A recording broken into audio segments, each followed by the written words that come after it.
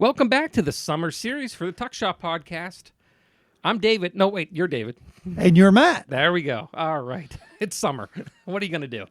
And it's the 4th of July week. It is Independence Weekend. The way it should be, by the way. Falls right on a Friday. Oh, man. Yeah, you know? It should be like Easter. Yeah. No, Easter's a bad example. It's always on a Sunday. No, that's bad. That's like there's no good example. No, it'd be great if there's just like Easter if Sunday. we could just block the 4th on the weekend. Right. That'd be fantastic. Yeah, I guess it always happens on Sunday, but never mind. Yeah. Yeah. It's those weird like Tuesday Christmases that really throw everyone for a loop. Yeah, I always had this hold on to your seat. If I ever had the chance to be God, okay. like here's the first thing I would do. I would change New Year's to like May 1st. Because who wants to, like, think about it. Mm-hmm. What is it, like, December 31st? January 1. There's no difference. Like, it's still the middle of winter. Like, why would you want to say, like, Happy New Year when you come to spring and you get into, like, May 1st? Things are blooming, you know. So 6 hours later, they might not have been. A month later, it's like, Happy New Year. I would change. One thing I would do, and I would probably retire, I would change the calendars to leave Independence Day where it is, good in July, but New Year's Day be May 1st. Okay, that's kind of an arbitrary date we've just picked. You don't have to be a deity to do that. You could just lobby maybe I could just Congress, I guess. Let's do it. And then change daylight savings time. I'm done. Oh, yeah, I'm done with that, too. Yeah. I've always always thought that the week, if we're going to not move everything. Move something. You're God. The week between Christmas and New Year's should be mandatory off for everybody. Oh, absolutely. Because you don't know who's working, who's not, what's open. Just be like from Christmas Eve to through New Year's Day, we shut down. And you know what? Don't give me this. Emergency services are fine and everything like that. You gotta have that. Stuff. But New Year's Day would be different anyway. So just still do Christmas anyhow. Yeah. And honestly, like, don't give me the excuse you're going to go clean your office that week because it's the same. It looks the same. You haven't cleaned your office. That's in what 3 I mean. years It you've been here. doesn't work. Doesn't work. But no. It should be a fun weekend. Absolutely, Independence Day weekend. It's always interesting to see which of the neighbors almost burns their houses down. And 10 fingers on the 3rd, 10 fingers on the 5th, man. Man, oh man. Good times. But speaking of a little bit more positive things and things that don't require. Actually, the interview kind of has an instance of maybe divine intervention when you think about it. Our audio for today, our interview is with Colonel Jim Moschgat. Colonel Moschgat was actually, unlike my Kentucky colonel, so he is a real colonel. Air Force and now Space Force. Jim was the gentleman that eventually found the rest of the wreck. No, not Nemo. The rest of the wreck for Buzz Wagner. Cool. Who, for those who don't know, story. Buzz Wagner was the first American World War II ace flying for the United States. We had some Americans who were flying for the British. Sure. But this was post Pearl Harbor. Buzz was a local boy from Nantiglow, moved to Johnstown, and then attended UPJ. Yep. In the 30s for engineering, and went on to go to Pittsburgh, but didn't quite finish because of the war. But he did complete his time here, so he's a member of our alumni association. Yes, he is. And made a name for himself. Gave through his and Jim will talk about it. I don't want to spoil too much of it. It's well worth listening to, even if you're just not even if you're a UPJ person, but if you're just a history fan, share it with the history fan in your life. But kind of helped turn the public perception around at a low point in America, thinking that Pearl Harbor was it's hard to put it in perspective today and think about it. So even now, like, because you and I are the right generation where it can be like, we had like 9/11 and it kind of had that same feeling like, oh, this thing we didn't think would happen, this major kids now who attend here, they're all too young to even have that in their history. They were all born after. Yeah, it did, but I'm not talking from experience, obviously, because of my age, but I think Pearl Harbor, and you'll always hear it, there was a different sense of innocence. Yes. Like, it wasn't a sense that it couldn't happen because you wake up every morning, even now, and you think, what could happen today? Mm-hmm. You never know. what discoveries, what tragedies, what triumphs. So I think it was a different. I would have to assume that it was a different time, and a different feeling that that Pearl Harbor versus 9/11. That would be my take. The other thing that was interesting. So Buzz flew for the American Air Force, right? He flew. Well, technically, it was the U.S. Army Air Corps. There was no Air Force yet. Right. It was the U.S. Army Air Corps. But it was interesting. The other aces flew for the British, the prior RAF. to the Americans getting into the war. Yeah. Yes. So Buzz, obviously, I think might have been a little bit more intelligent. If you've ever noticed, the RAF planes have targets on them. Is this not the big roundabout you got to see? Yeah, this I'm not point? gonna get into why they, but go on the internet, look. The Air Corps had a star insignia, but the RAF had a target. You walked us way down the path on that. I'm not going to go there. I'm done. Just something to think about. But it was very interesting to be. I was very lucky to be asked to be part of the team that we put together a very lengthy documentary on the process of finding Buzz, of the memorial here at the airport to him, and some of the things that are going to happen even on campus coming up that the Air Force Association's been working on. But I think listening to him actually talk about, and it wasn't an assignment. Right. It was just something he wanted to do because of his personal history. And he'll talk about that too. So it's kind of a really cool story in its own right, and how these little weird bits of history kind of all loop back to the area and loop back here to UPJ. But on a serious note, on the alumni side, it really harkens you back to what we were before 68, 69 when they built this campus, which is interesting. I just want to throw out another plug. There's a little known monument that I know, and I always do my tours. I try to walk by it behind the ENS, or the nursing building, is the bench that was made out of the bricks from the Moxham School. Yeah. And again, it harkens back when you say, well, this was back in 1927, 1930. You get these puzzled looks on some people's faces where, I'm going to leave it at this. 2 years, this university turns 100 years old. Yep. Big plans, I'm sure that we'll talk about in future podcasts, but big plans. And again, I'm going to say it again. If you have any ideas for 100th anniversary, whatever, let us know. We'd love to do something alumni related. Yeah, I think it's going to be real exciting stuff coming up. And we want to hope you all have a great 4th of July and enjoy sitting around watching the fireworks and listening to Colonel Moschgat. Maybe sing us out with some patriotic ditty. I'm going to hit the stop button now. All right. Have a good one, folks. Here is Jim. We had a really fun one today, David. Speaking about people who are part of our alumni that were here when we were only a 2-year program. About in August of 2021, I was approached to help put together a project that for somebody that at the time I didn't know was an alum. The local chapter of the Air and Space Forces wanted to do a little bit of a documentary on their efforts and to what they do as a chapter and what they do to remember and honor their namesake, Buzz Wagner.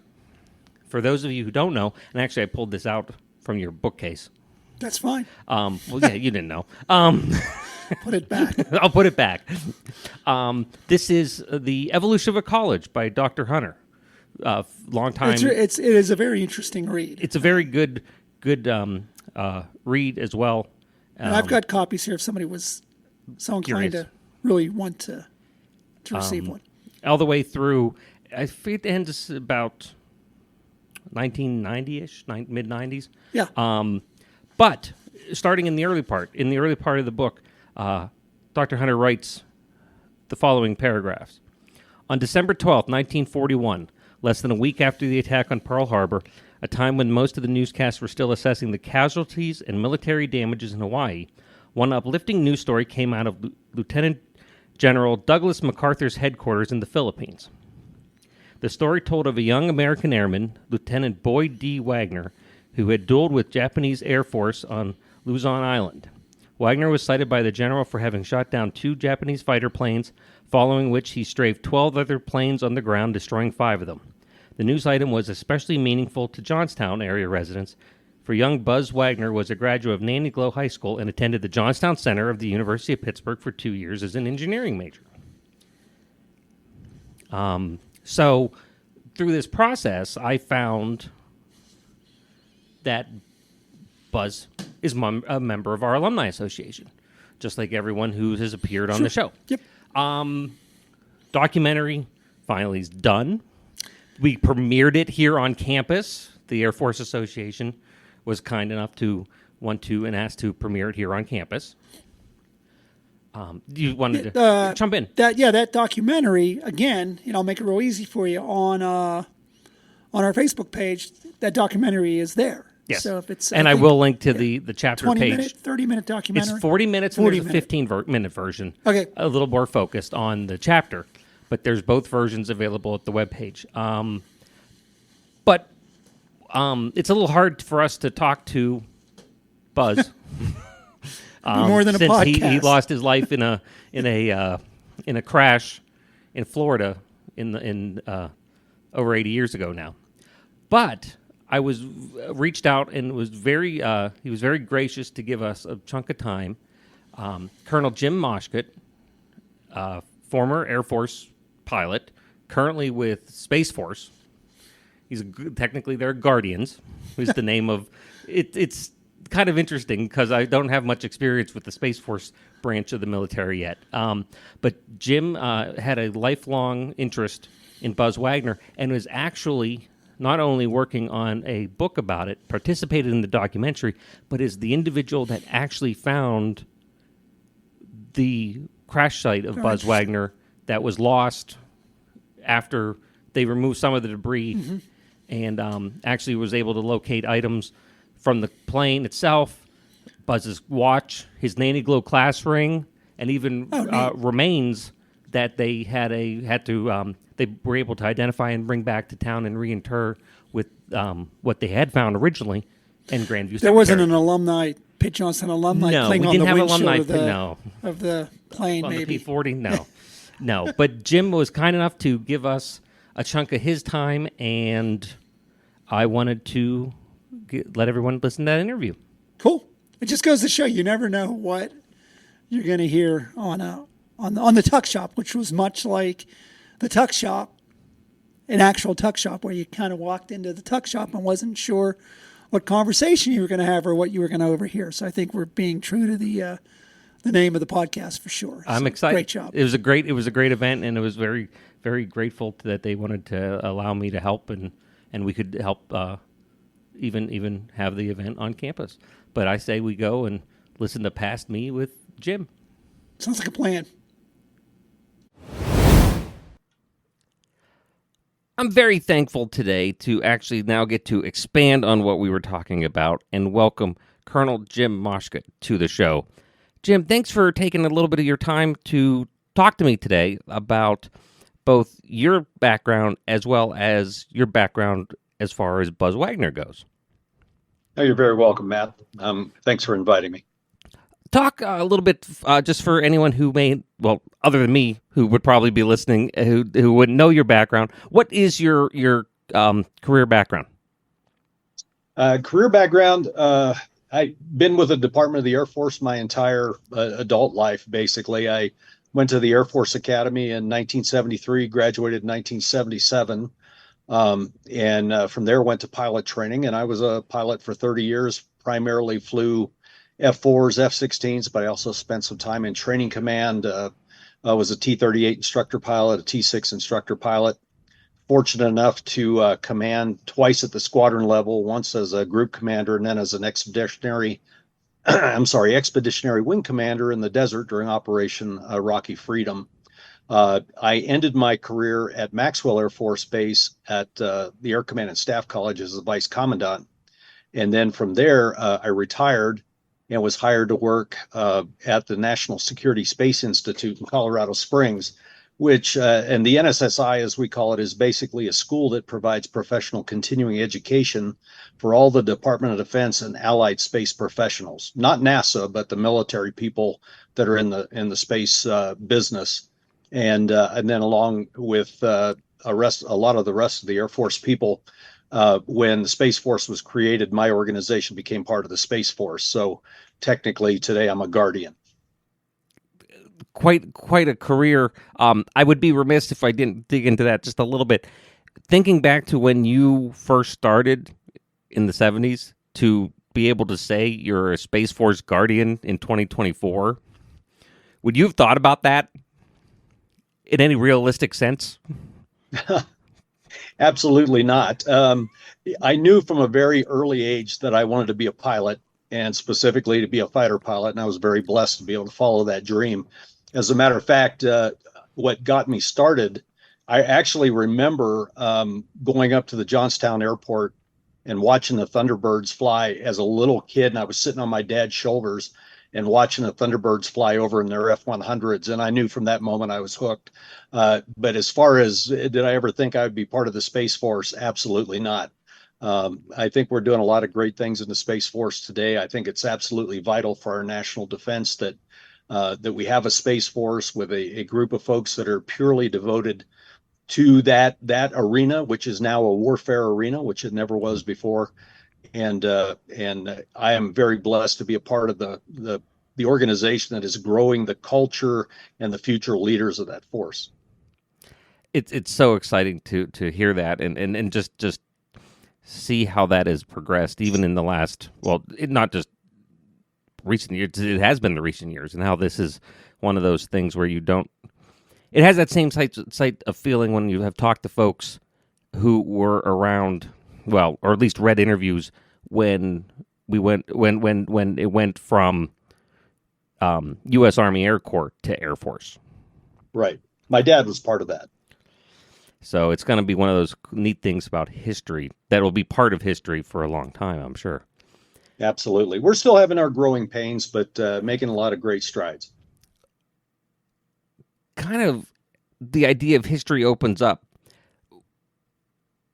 I talked earlier about the concept of Buzz Wagner. What first brought you into that interest of that story about Buzz and his background?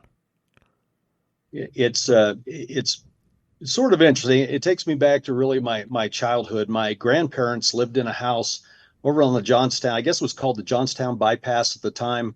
It was across from the Flood City Bowman. Some people may remember where that is. I think that's gone now. I'm not sure.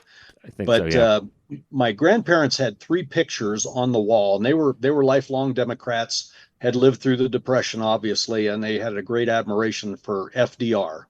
So they had FDR's picture on the wall.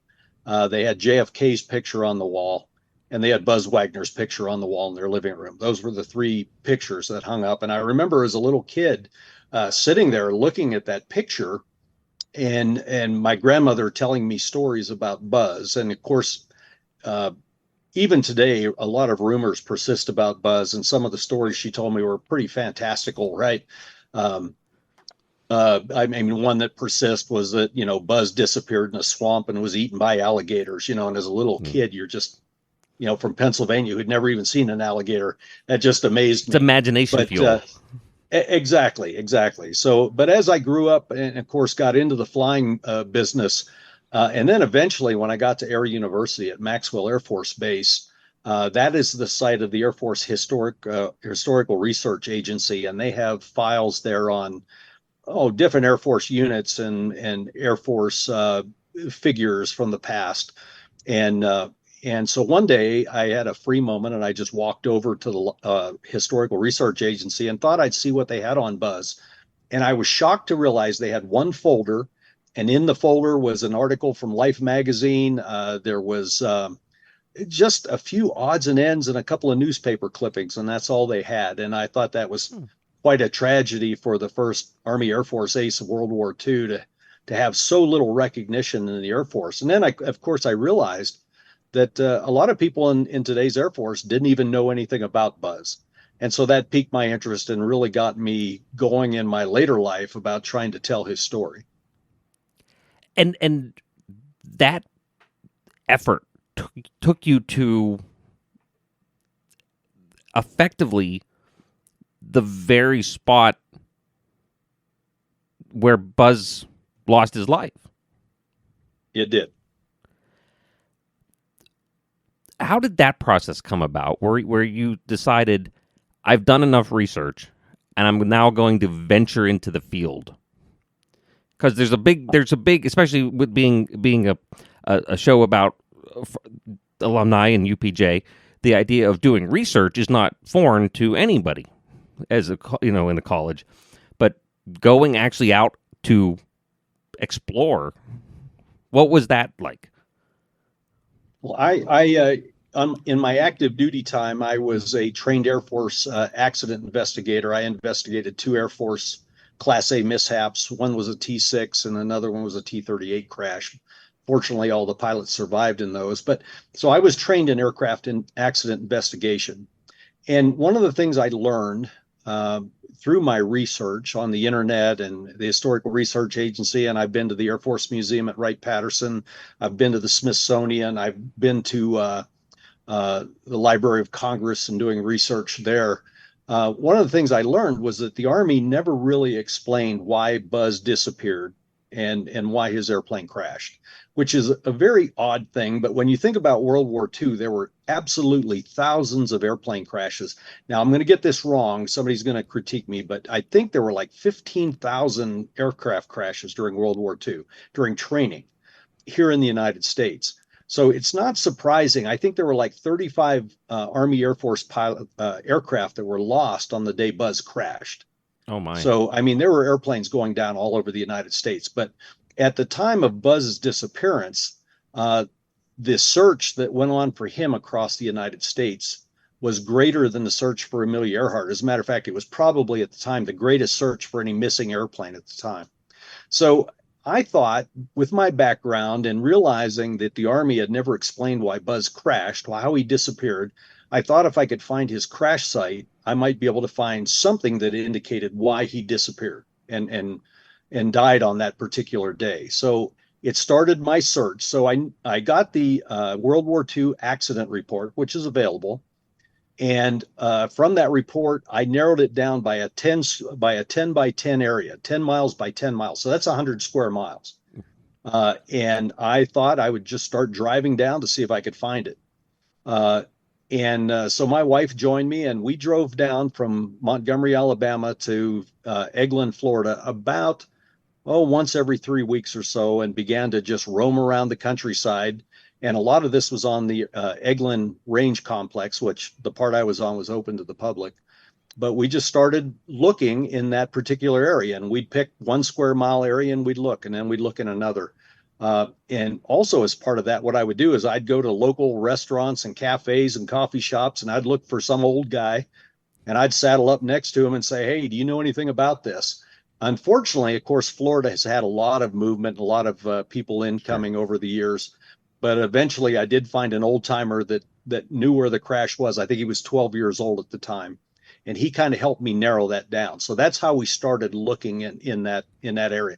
Surprisingly, I actually contacted the historian at Eglin Air Force Base, and he knew nothing about this at all. So even it was unknown to the people at the base. That's having spent so long working on this project, and having, you were very gracious with your time when we did the preliminary video recording for the movie. That actually, the link will be down below in the description for anyone who wants to see the whole 40 plus minutes of it. That even from the Pitt perspective, being an alum of what was then Johnstown College of the University of Pittsburgh, and I think I even sent you at that point the copy of the book, or a couple pictures from the history book. It was 2 paragraphs, right? Maybe, and I found 2 articles, in the paper, in the student paper, in the Pitt paper, and that was it. It seems like, right. And your explanation makes perfect sense. A lot of history was happening at that time, right? And what would you say was that? What was occurring for people who don't have that perspective that makes Buzz's story so important, especially at the time it happened and what he did for while he was a pilot? Okay. Well, I think in particular for the people of Johnstown, a lot of hardworking blue collar folks, the steel mills, the coal mines, a lot of immigrants. Buzz's exploits during World War II certainly gave them a sense of pride in their community, that somebody from their hometown could accomplish so many things. From a professional standpoint, Buzz was a very, very young pilot. He was a first lieutenant, and they made him a squadron commander at that time in the Philippines as a first lieutenant. He was recognized as a very professional, capable pilot. So most commanders at that time were majors, and the Air Force was expanding very rapidly, and they needed somebody to lead, and Buzz was that kind of leader. He actually stepped forward and just did so many amazing things as a young officer. One of the young enlisted men that worked for him, I interviewed him not long ago, and he was surprised to learn that Buzz was not a West Point graduate. He said Buzz just carried himself with such professionalism and dignity and sort of pizzazz, if you will, that he just assumed Buzz was a West Point grad. But the Japanese just flooded across the Pacific. I mean, they bombed Pearl Harbor. They took Java. They took the Philippines. They took Indochina. They were threatening Australia. They were bombing Australia, and there was really a threat that the Japanese were going to invade Australia. And the Americans were not having very much success. And of course, in the very first days of World War II, Buzz shot down 5 airplanes to become the first ace. So in that way, he proved the Japanese weren't invincible. And he really stood out to the American public for that reason. And then after he evacuated back to the Philippines, he led a fighter squadron on their first sweep over Lae Airfield in New Guinea and shot down another 3. But on that particular day, those 3 airplanes were Japanese Zeros, which were probably the best airplane in the Pacific at the time. And Buzz was flying a P-39, which was absolutely not a great airplane. Mm-hmm. I mean, it was capable, but it wasn't great. And so, again, on that mission, Buzz proved that his airmanship put him head and shoulders above everyone else. So with 8 kills to his credit in April of 1942, Buzz was by far the highest ranking American ace in that theater of war. I think the fascinating part about this whole thing is that story in the right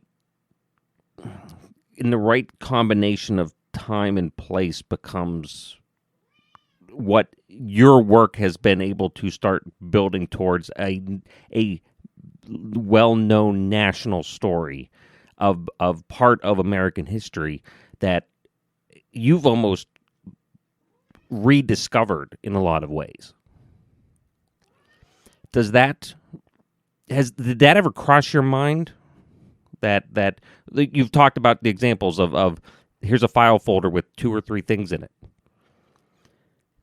That now that file folder is much bigger because of the work you've done. That has crossed my mind, Matt, and I'm very. I would just say I'm honored to try to bring that story forward, especially because so many people in my service, when I was on active duty, the Air Force, had never even heard of Buzz. His exploits were just incredible for such a young pilot. And so I'm just pleased to be a part of that and bring that forward. So many people now know a little bit more about the story. And of course, I'm not done yet. My intent when I started the research was initially to write a magazine article. And of course, there have been some magazine articles written about Buzz. But so many of them still include so many inaccuracies. They tell the same incorrect story over and over again. So once I really started doing the research and I met so many people and I've interviewed so many people that actually knew Buzz, I thought his story was worth telling. Now, his exploits in the Philippines have been pretty well covered in a lot of books. I think when I eventually tell his story, it's going to be more about his biography and about my quest to really to tell his story, why he crashed on that fateful day, how he got to where he was in the Philippines, how he made his way back to the Philippines. And, he really was kind of a humble guy, too. A lot of people think that maybe he was a glory hound, and he certainly wasn't that. I would say he was really humble and almost a little bit shy about what he did. So he probably didn't tell his own story very much. So he'd be very mortified by this video. He might be. He certainly shied away from the press, and of course he was hounded by the press quite a bit. I mean, there were pictures of him almost in every magazine. There were comic books done about him. There were bubblegum playing cards that have his image on them. He was in Life magazine and Look magazine. He was, as a matter of fact, and I think I mentioned this to you before, at the time of his death, they were actually, I think it was, I'm on the spot now, and I'm not going to be able to think about, one of the big motion picture theaters in Hollywood was making a movie about his life. And they were going to call it the Pittsburgh Pilot, the Pittsburgh Pilot. And of course, his family corrected that. Buzz had a copy of the screenplay and was reviewing it. And at the time of his death, that screenplay disappeared. And they pretty much speculate that it was in the airplane with him. He had taken it with him to look at it in his free time.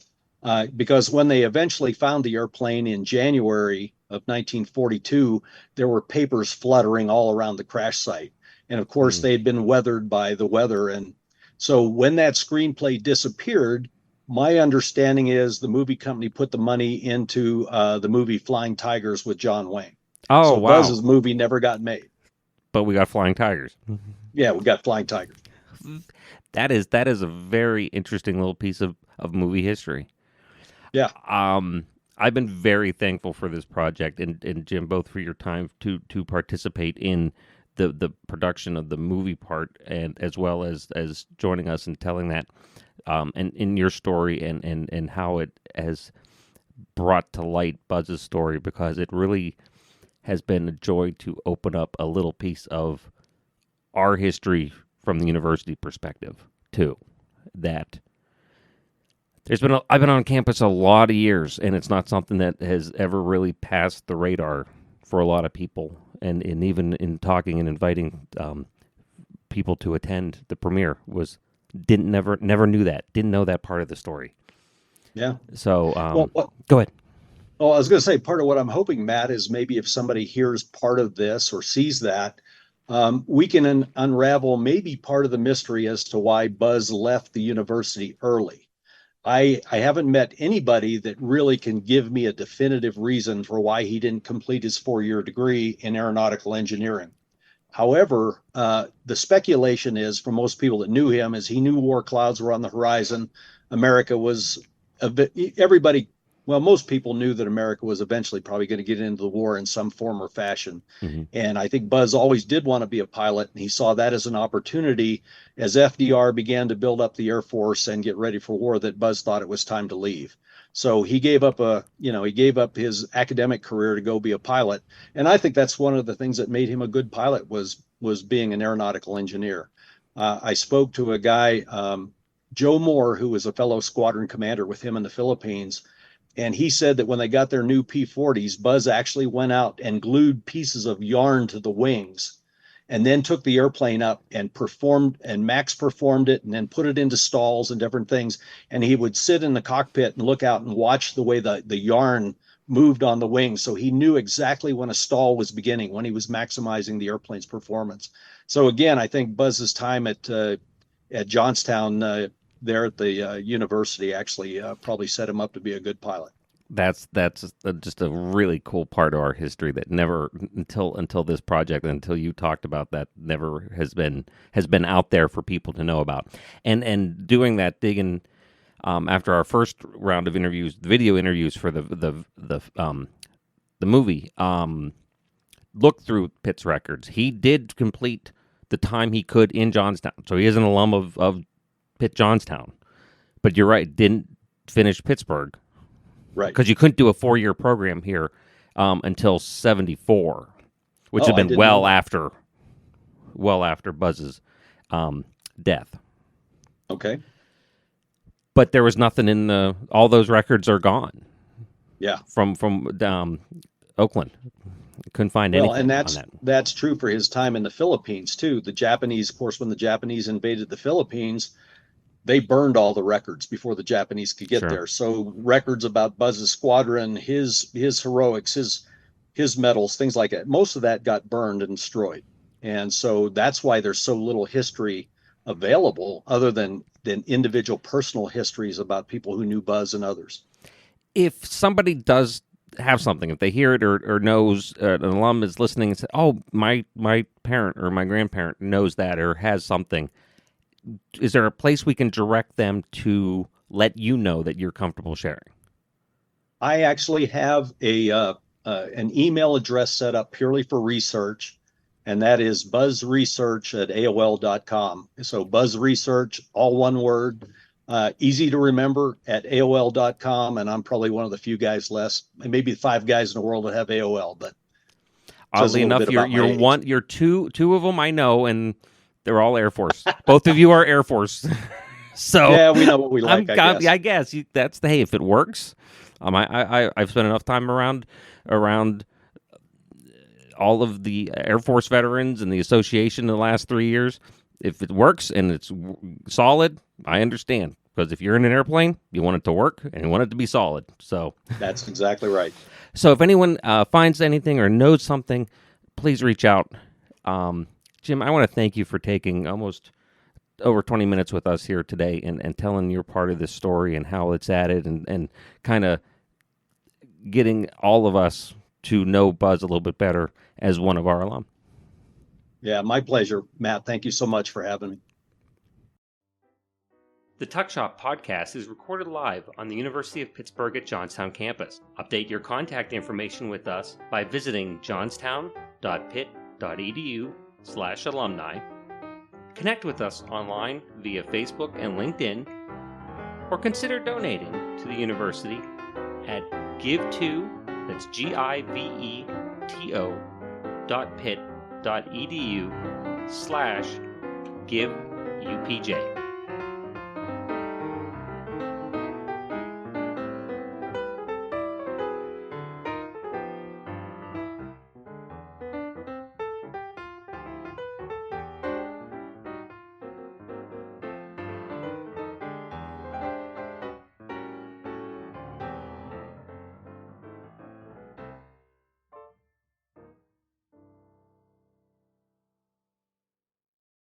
This has been a production of Quantum Wave Media.